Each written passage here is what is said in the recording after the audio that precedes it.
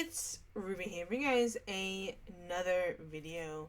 Today we are going to be doing a book versus movie versus show comparison, because a lot of people are talking about whether or not they think this is a great adaptation, comparing them to the movies, comparing them to the books. Like there's a lot of comparing going around. Some people love it, some people don't love it as much, some people think that the movies somehow have any say-so, and we're going to talk about all of it. First, we're going to start about the discussion about why the movies don't work as an adaptation. Okay, we're going to talk about the movies first, get them out of the way, because, yeah. Also, this is going to contain spoilers. Book spoilers, movie spoilers, show spoilers. So, if you are not a fan of the books, if you have not read the books, if you don't know what happens in the books, this is not the video for you. This is going to have all of the spoilers because they are necessary in talking about book versus movie versus show, okay? So, if you have not read the books and you care about having an authentic experience watching the show, and you don't want to hear a Percy Jackson fan's opinion on the adaptations, then go away, come back after the show is done, or come back after you've read the books. Either way, this is not the video for you. It's going to have spoilers, okay? And if you really want to watch the movies, I recommend you don't, but we'll get into that as well. So, let's start with the movies, okay? Why are the movies so bad? Why are the movies so hated and so disliked by the fans, the Percy Jackson fans? And the answer is really, really simple, okay? The only thing that the movie actually adapts is the fact that Percy Jackson is a son of Poseidon. Okay? That is the only thing that they keep consistent with the books. Everything else gets changed. Okay? We start with the very basic Annabeth chase. Okay? Now, it's not really the hair. Okay? The hair was like one tiny little aspect that bugged people just enough for them to complain about. But the problem was not so much the hair.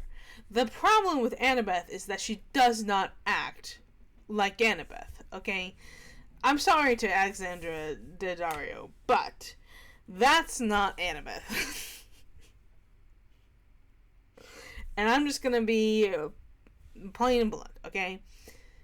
At the end of the day, would it be nice to have actors that look like the characters as they're described in the books translated to film, to show? Yes.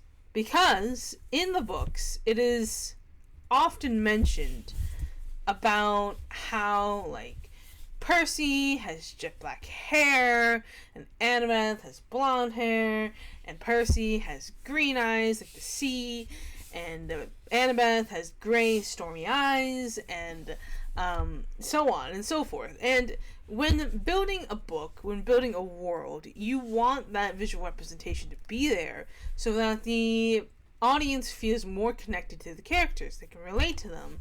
They can feel like they are part of this world, that they're coming along this journey, because you want to be able to understand what the characters look like so that you can visualize them in the scenarios that they are in. Is appearance an end-all be-all? No, I don't think so. Not in most aspects. I think the most important aspect is their personality. Do they feel like the character that they are supposed to be portraying? Because let's be honest, Logan Lerman was probably a great casting for Percy in terms of appearance. I mean, he's almost there. He just has blue eyes, but you know, so did Harry. So it's not like the end of the world if the eyes are not right. However, he didn't act like Percy. he acted like an edgy, angsty teen who does not care about the world. And that is a big problem with movie Percy. Okay? Now let's talk about Annabeth. Okay? Annabeth is supposed to be like this bright-eyed young girl who is very, very much so a fan of architecture and design, but also has very guarded secrets and is not quick to open up to those even close to her. And she's a very sensitive child because she was raised in a not so great household. I mean, she had it's like in the show says, you know, she had a loving father, but then the woman came in and, you know, she didn't really feel like part of the family and she was kicked out of the house. Like, that is something that should be reflected in the portrayal of Annabeth Chase. And that is something that Alexandra Daddario did not capture. Also, the fact that Annabeth, in general, was a little bit wooden and a little bit stale in the movies. She didn't really feel like Annabeth. And then let's talk about Grover. Because Grover is supposed to be this, like, scrawny, timid little satyr. Like, he's not supposed to be, like, brave at all. He's not really supposed to be, he's not supposed to be dumb, but he's not supposed to be, like, able to handle himself on his own. Because the whole point is that the reason why Percy and Grover become friends is because Percy helps Grover with his bullying problem.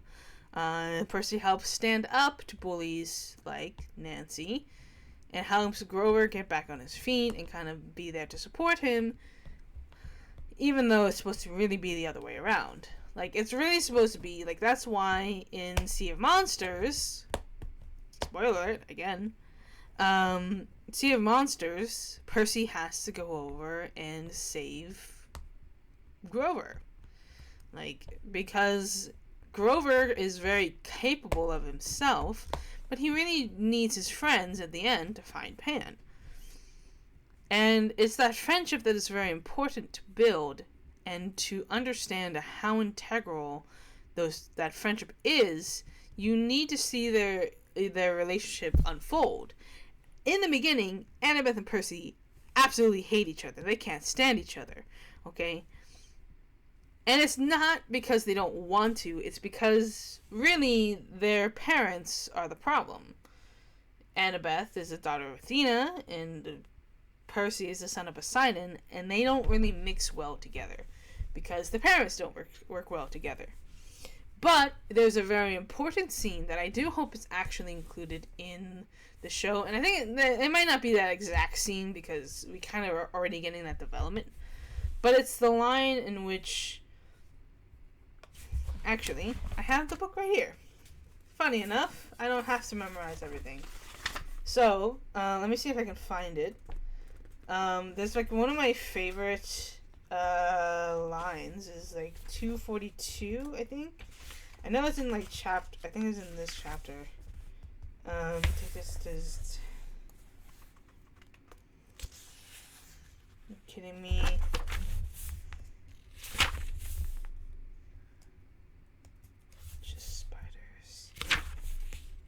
Percy's right.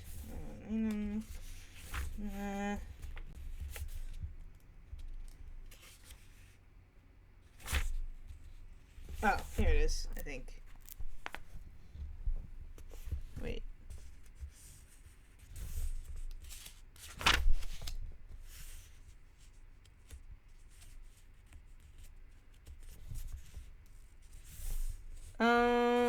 No, maybe it's not this one.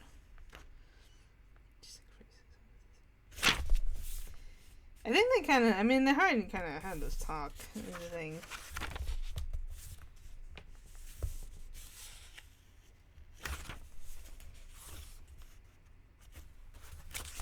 The thing is, maybe I'm remembering it wrong.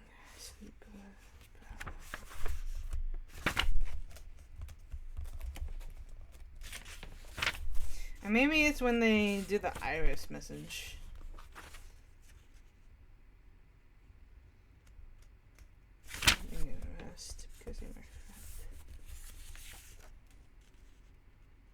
Oh, I see. This is what it is. So on page, well, really the whole discussion actually is one of my like favorite moments in the book, in terms of like developing Annabeth and Percy's relationship. Let's just start from here, from page 247. Hey, Annabeth said. I'm sorry for freaking out back at the water park, Percy. That's okay. It's just... She shuddered. Spiders. Because of the arachnid story, I guess. She got turned into a spider for challenging your mom to a weaving contest, right? Annabeth nodded. Arachnid's children have been taking revenge on the children of Athena ever since. If there's a spider within a mile of me, it'll find me. I hate the creepy little things. Anyway, I owe you. We're a team, remember? I said. Besides, Grover did the fancy flying. I thought he was asleep, but he mumbled from the corner. That was pretty amazing, wasn't I? Annabeth and I laughed. She pulled apart an Oreo, handed me half. In the iris message, did Luke really say nothing? I munched my cookie and thought about how to answer. The conversation via Rainbow had bothered me all evening. Luke said you and he go way back. He also said Grover wouldn't fail this time. Nobody would turn into a pine tree. In the dim bronze light of the sword blade, it was hard to read their expressions. Grover let out a mournful bray. I would have told you the truth from the beginning. His voice trembled. I thought if you knew what a fairy I was, you wouldn't want me along. You were the satyr who tried to rescue Thalia, the daughter of Zeus. He nodded glumly. The other two half-bloods Thalia befriended, the ones that got safely to camp. I looked at Annabeth. That was you and Luke, wasn't it? She put down her Oreo uneaten. Like you said, Percy, a 7-year-old half-blood wouldn't have made it very far alone. Athena guided me toward help. Thalia was 12, Luke was 14. They did both run away from home like me. They were happy to take me with them. They were amazing monster fighters, even without training. We traveled north from Virginia without any real plans, fending off monsters for about 2 weeks before Grover found us. I was supposed to escort Thalia to camp, he said, sniffing. Only Thalia. I had strict orders from Chiron. Don't do anything that would slow down the rescue. We knew Hades was after her, you see, but I couldn't just leave Luke and Annabeth by themselves, I thought I could lead all three of them to safety. It was my fault the kindly ones caught up with us. I froze. I got scared on the way back to camp and took some wrong turns. If I'd just been a little quicker... Stop it, Annabeth said. No one blames you. Thalia didn't blame you either. She sacrificed herself to save us, he said miserably. Her death was my fault. The Council of Cloven Elders said so. Because you wouldn't leave 2 other half-bloods behind? I said, that's not fair. Percy's right, Annabeth said. I wouldn't be here today if it weren't for you, Grover. Neither would Luke. But you don't care what the council says. Grover kept sniffling in the dark. It's just my luck. I'm the lamest satyr ever, and I find the 2 most powerful half-bloods of the century, Thalia and Percy. You're not lame, Annabeth insisted. You've got more courage than any satyr I've ever met. Name one other who would dare go to the underworld. I bet Percy is really glad you're here right now. She kicked me in the shin. Yeah, I said, which I would have done even without the kick. It's not luck that found you found Thalia and me, Grover. You've got the biggest heart of any satyr ever. You're a natural searcher, And that's why you'll be the one who finds Pan. I heard a deep, satisfied sigh. I waited for Grover to say something, but his breathing only got heavier. When the sound turned to snoring, I realized he'd fallen asleep. How does he do that? I marveled. I don't know, Annabeth said. But that was really a nice thing you told him. I meant it. We rode in silence for a few miles, bumping around on the feed sacks. Okay, I'm gonna skip through this. I just want to skip to. You think you'll ever try living with your dad again? She wouldn't meet my eyes. Please, I'm not into self-inflicted pain. You shouldn't give up, I told her. You should write him a letter or something. Thanks for the advice, she said coldly, but my father's made his choice about who he wants to live with. We passed another few miles of silence. So if the gods fight, I said, will things line up the way they did with the Trojan War? Will it be Athena versus Poseidon? She put her head against the backpack of Ares had given us and closed her eyes. I don't know what my mom will do. I just know I'll fight next to you. Why? Because you're my friend, Seaweed Brain. Any more stupid questions? I couldn't think of an answer for that. Fortunately, I didn't have to. Annabeth was asleep. Yeah. So, I mean, there are aspects of the book that are really great ways of showing how the characters really do rely on each other and develop with each other. And without one, you don't have the trio that is Annabeth, Grover, and Percy, and sometimes Thalia. And the thing with the movies is that it does not effectively show that relationship, how it builds, why they need each other, why it is important for this moment to be important. Like, there is some version of the scene in the Percy Jackson movie, but it was not nearly as effective as it was in the books, because you don't see that relationship really develop. Like, it's kind of just there. And to me, why the movies fail is because it veers so far from the actual story from this book that you don't even really recognize it. Okay, the original objective is only to get to the underworld. That is the only objective that they have. Get to the underworld, find Hades, and get the lightning bolt back. That is the only objective that they're supposed to do. And suddenly, the movie turns it into a pearl scavenger hunt, which is unnecessary because, number one, the pearls are given to him by hang on, sorry. Let me rewind. It is unnecessary to create this arbitrary story when you have chapters here that give you a story that most people love, okay? You don't have to turn it into the scavenger hunt, because the whole point is that the pearls come from Percy's father.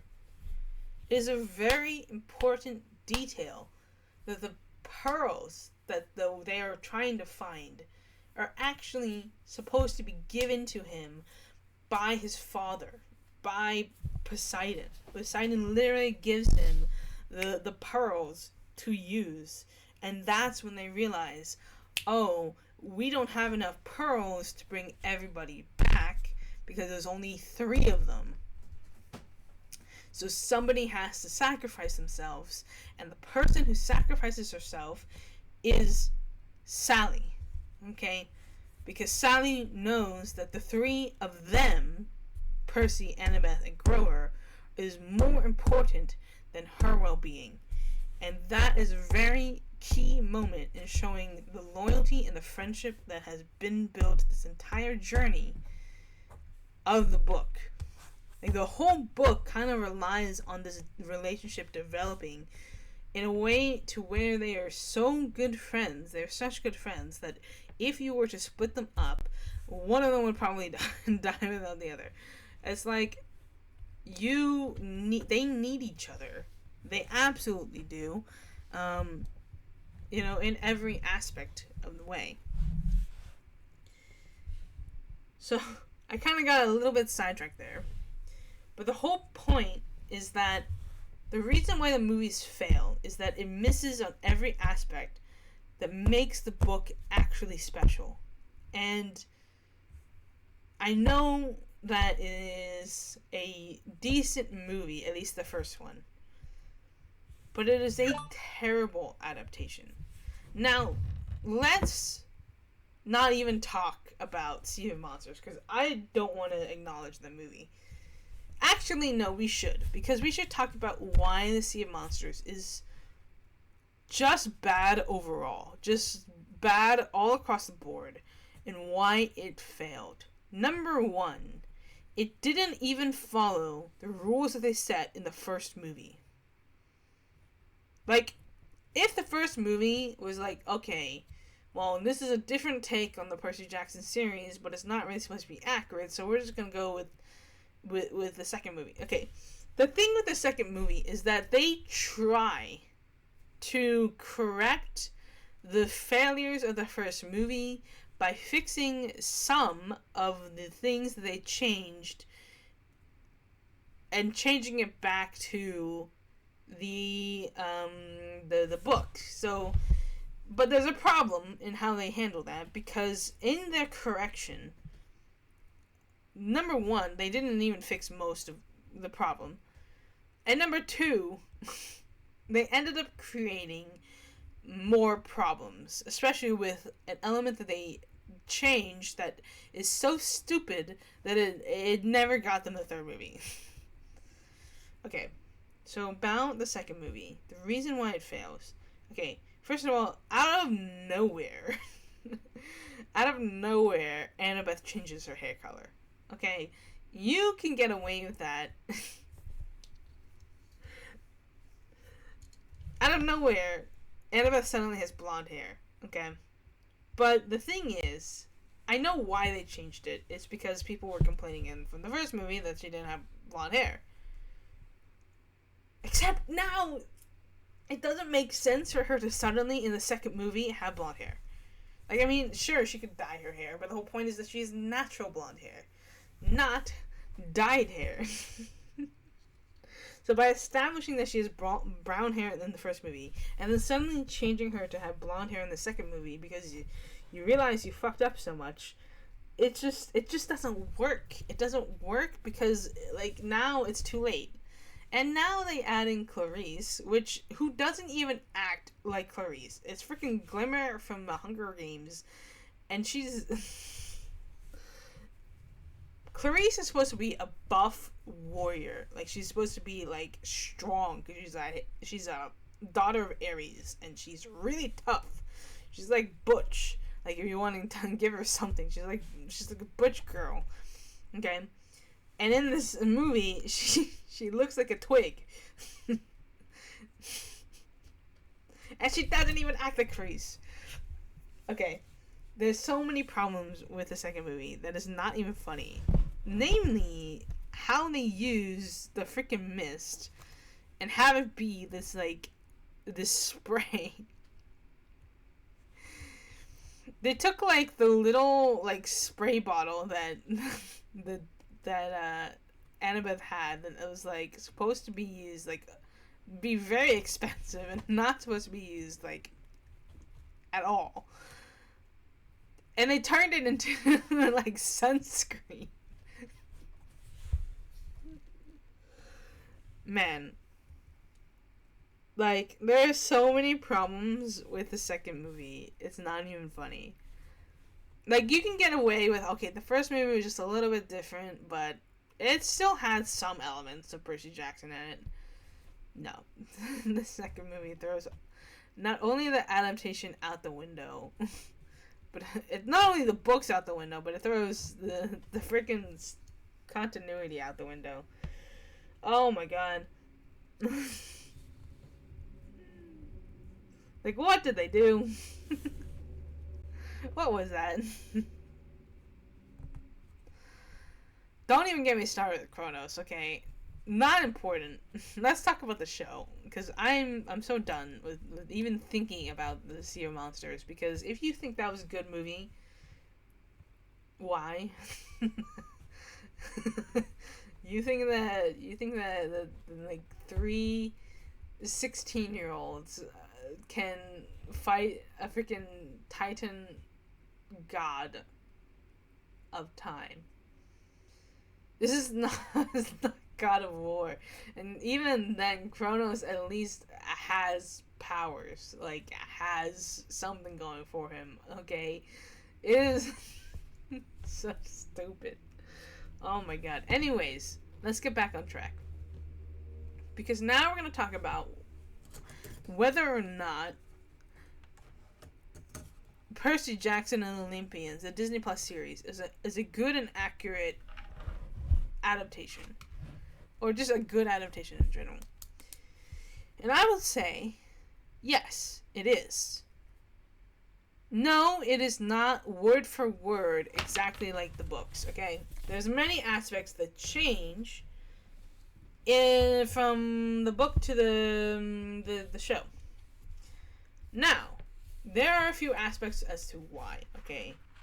Number one, okay, this book, oh my god. This book has 22 chapters, okay? 22 chapters. There's a lot of chapters to cover. And now you could say, why not just make a longer show? Why not just have more episodes? Well, the thing is, some of these chapters, and I hate to say this because I think some people will be in denial about it, but some of these chapters, nothing really happens except for like a couple of things. And some of these chapters are what you would call filler. Not necessarily in the way that it is, but because they're on a road trip, you kind of have to acknowledge like the each and every situation that they go on. Like, oh, because they're going from New York to California, they're gonna end up with some road bumps in the way, especially since Percy can't fly. Okay. But the thing is, okay, let's look at the chapters that were like kind of like removed from the show.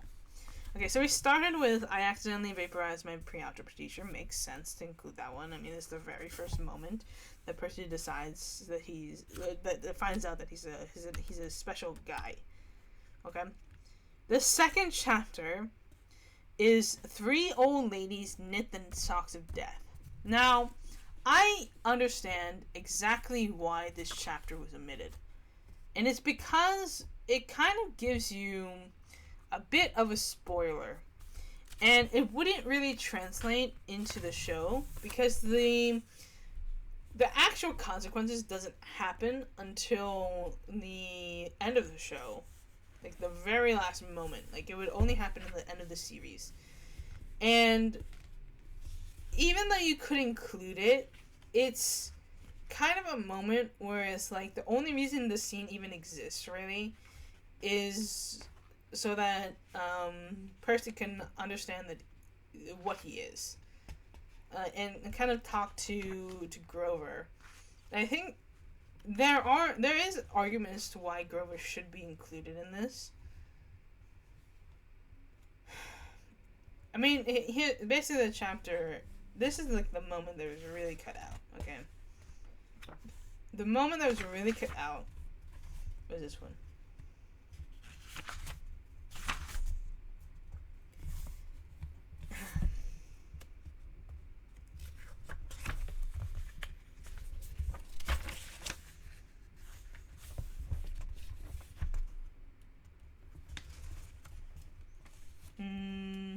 Okay. This is the moment that was really cut out, okay? We were on a stretch of country road, no place you'd notice if you didn't break down there. On our side of the highway was nothing but maple trees and litter from passing cars.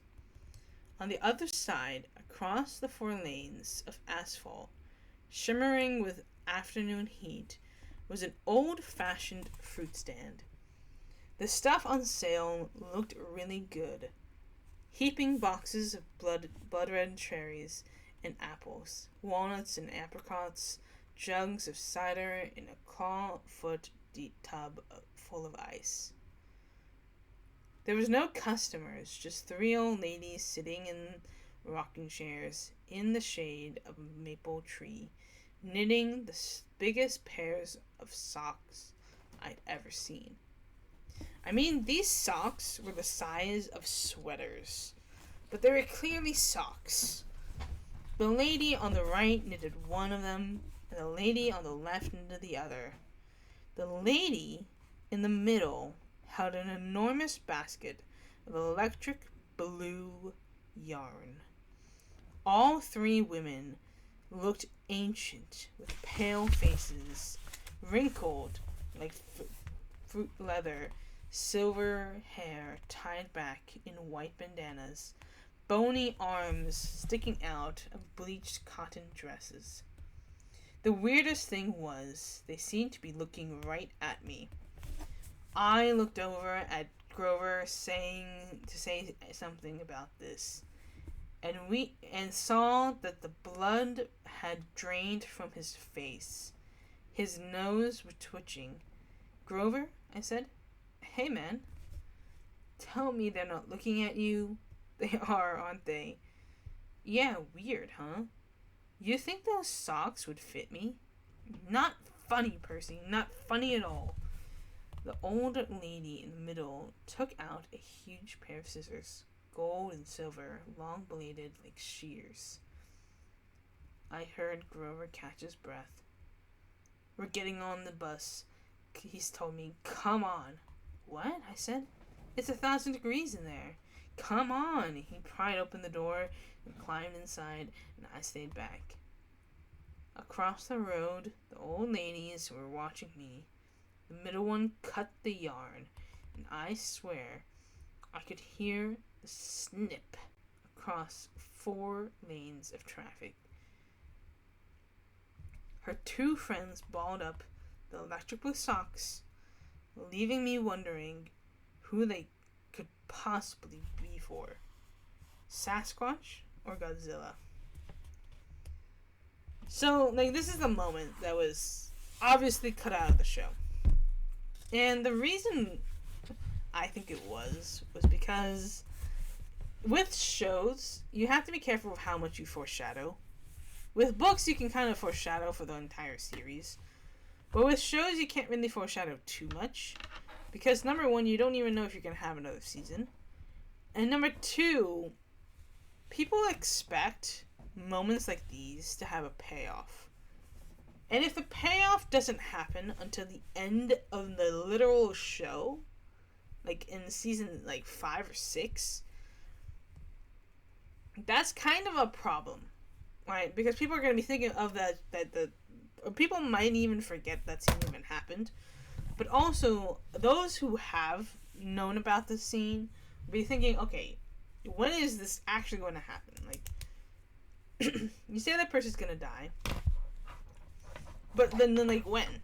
We already know that he doesn't die right away because it's 5 more seasons. So it's I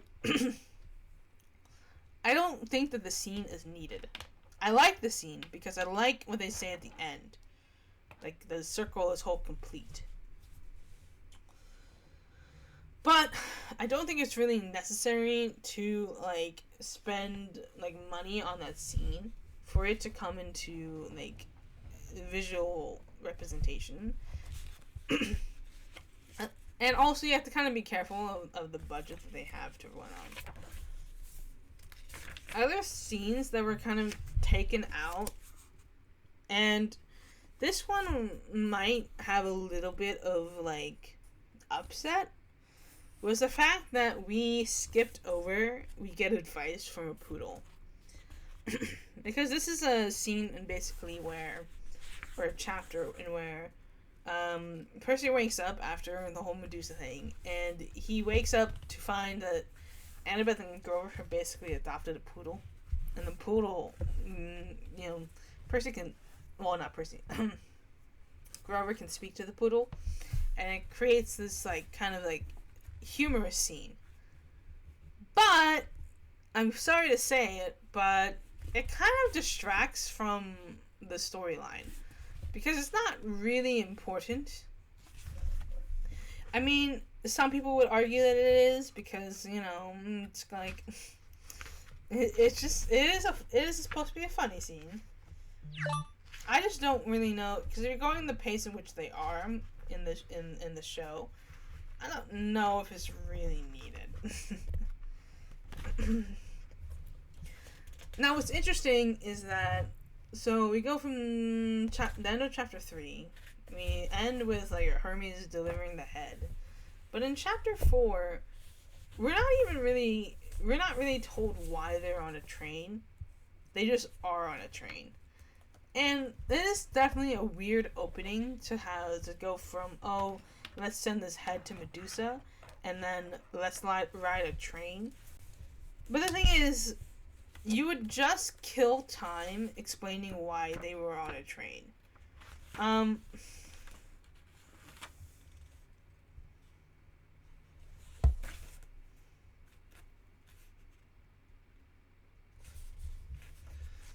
The whole reason also why they even need the poodle is basically so they can get money so that they can ride the train. Which it's already been established in the beginning of the show, like, they have money from camp, so they don't really need it. So I think that, like, it's okay for them to kind of just, like, skip over the poodle, because I'm sorry, but Gladiola's not really that important.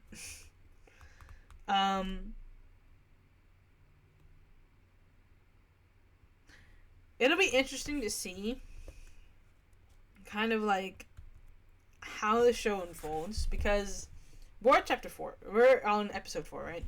But we're on chapter 13. So we're literally, like, halfway through the book, which is good because we're halfway through the show. We have 4 more episodes to go. And I think the pacing of the show, I know some people were saying it's too quick, but I actually kind of like the pacing of the show, because with a book, you can take kind of as long as you want with a scene and kind of just expand it, because people like that in a book. People like when scenes are, like, over detailed and it explains a lot and you get to hear the character's voice. But it doesn't really work on a show, because with Showtime, you don't really want a lot of filler. You don't really want, like, so much, like you don't want something being, like, runtime is very important for a show. Especially when you're giving, like, 45 minutes for an episode and you have to cover 22 episodes in that show. Like, there are also books that are going to be longer. I don't know if there's going to be more episodes. But if we're going through, like, eight episodes per book, there are going to be moments that need to be cut out. Because, I mean, I think if we're halfway through the show, we should be, like, halfway through the book. And that's good. Because also, the beginning chapters, and I think this is also why we kind of skipped over them, is mainly just establishing what camp is, what it looks like, and why it's important.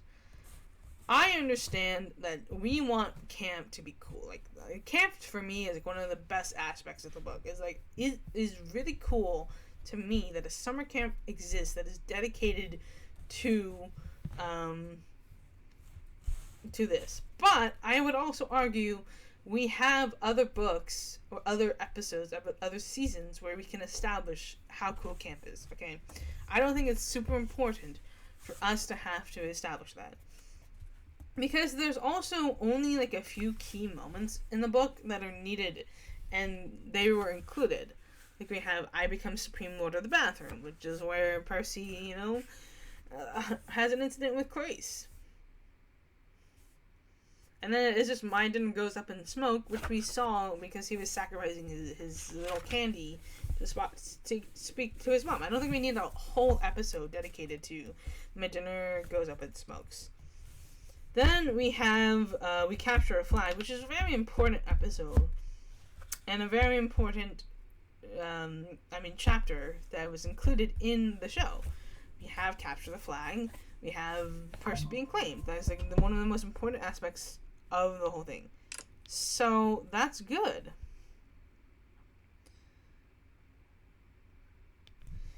And then after that, we do I Ruin a Perfectly Good Bus, which we did because that was Mrs. Dodds.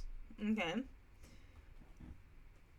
And then we did, we visited the Garden Gnome Emporium, which we did with Medusa. And we kind of skipped, we get advice from a poodle, which, again, did we really need that? I Plunge to My Death is a very good chapter to have. And so the next one, I think, is going to be basically probably combining I Become a Known Fugitive and A God Gives Us Cheeseburgers. I imagine both of those is going to be, kind of combined, basically. I don't even know if we're really going to cover Chapter 14. There's really just the aspects of the fact that Gabe is, kind of putting out a warrant for the arrest. Which it could probably happen in passing by. So the Chihuahua.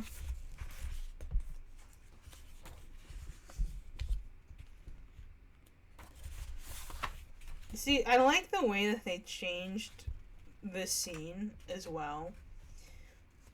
Because, basically, we kind of did cover a bit of I Become a Fugitive. The only aspect that we haven't seen is the fact that he literally gets a bounty on him. But it's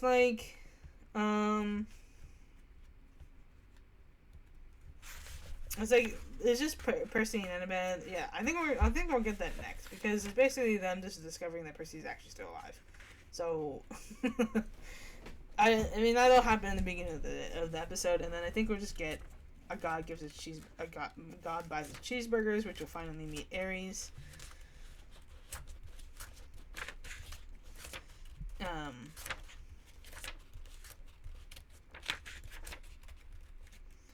And then we take a zebra to Vegas is probably an important aspect because we'll finally get to see the Lotus Casino in what it's actually supposed to be and not what it's made up to be. So let's see. We have 4 episodes left. And about 1, 2, 3, 4, 5, 6, 7, 8 chapters.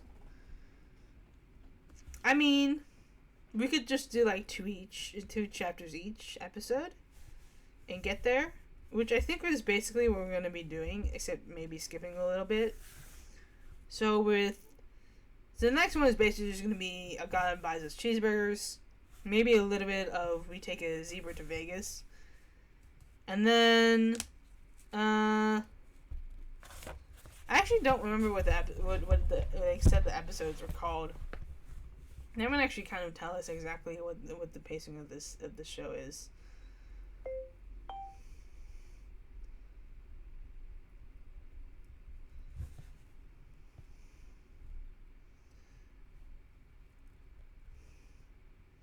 So we did that, yeah. So then it's God Buys Us Cheeseburgers. Then we take a zebra to Vegas to find out the truth, sort of. And the prophecy comes true. Okay, so that makes sense because we take a zebra to okay, so next episode is just gonna be A God Buys Us Cheeseburgers, which makes sense. We meet Ares, And then we take a zebra to Vegas. Makes sense. We're going to be in the casino. And probably after that, we'll run into... I don't know if we're really going to do the Krusty scene. I think the thing is with Krusty is it's probably too unnecessary and also too PG-13. Because they literally get basically, like, stretched to death. So I don't think we're actually going to do that. I think we're going to skip over the waterbeds thing. I think we found out the truth sort of is probably going to be, like, that's where we have, like, Annabeth does a breeding school, we meet Cerberus, she does a little, like, red ball thing. And then the thing is, I think with we find out the truth sort of, we'll have the Ares battle, maybe.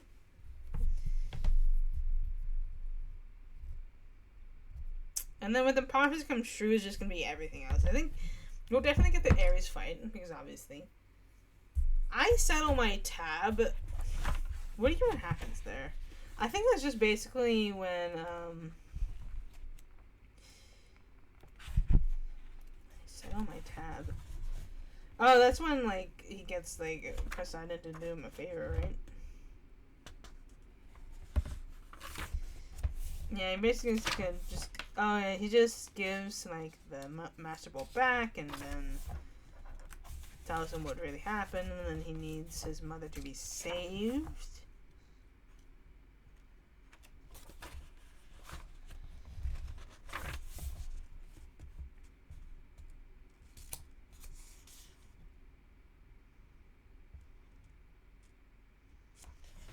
Mm-hmm.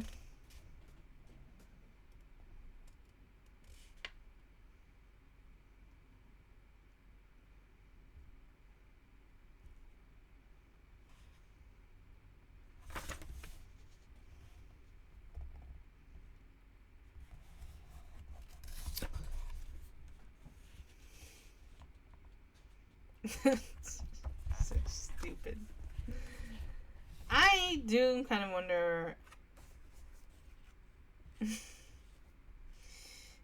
I think we're gonna. I think we can include the statue thing. I mean, we'll see.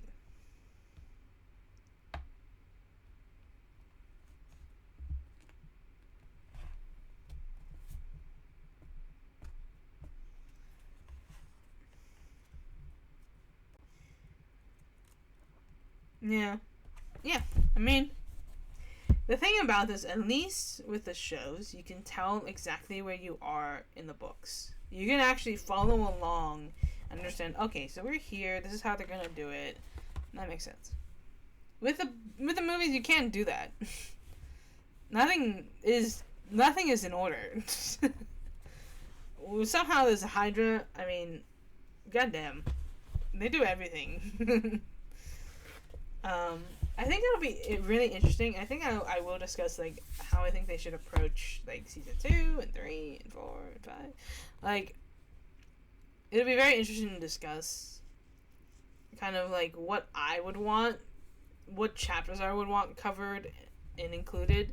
Like, especially if we're doing, like, the whole 8 episodes per thing, per show. It'll be interesting to see how they grow up and how they change and where we're at during the last Olympian. That'd be kind of interesting.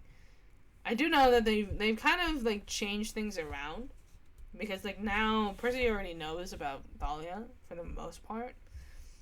So I think that's actually good, because it helps keep them, like, motivated and keep their friendship blooming. And I think that's a very important aspect.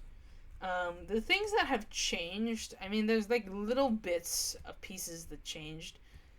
Like, for example, Medusa's scene changed a bit, but I think it was mainly to combat the PG rating.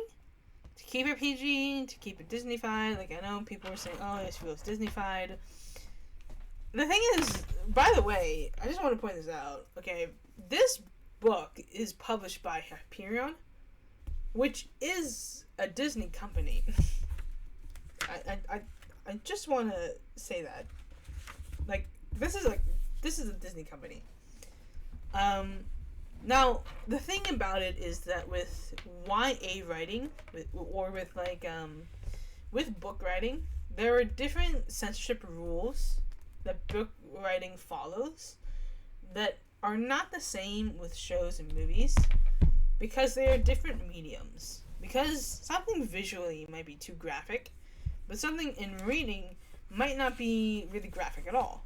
Like the whole beheading Medusa, it's not really supposed to be like gory per se, or like brutal, like Mortal Kombat style, like finisher.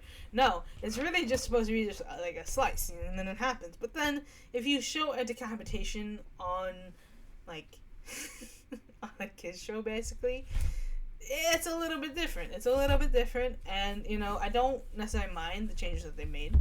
I really don't, because I'm just happy we are like staying true to the book for the most part. I actually kind of like the change they did with I Plunged to My Death.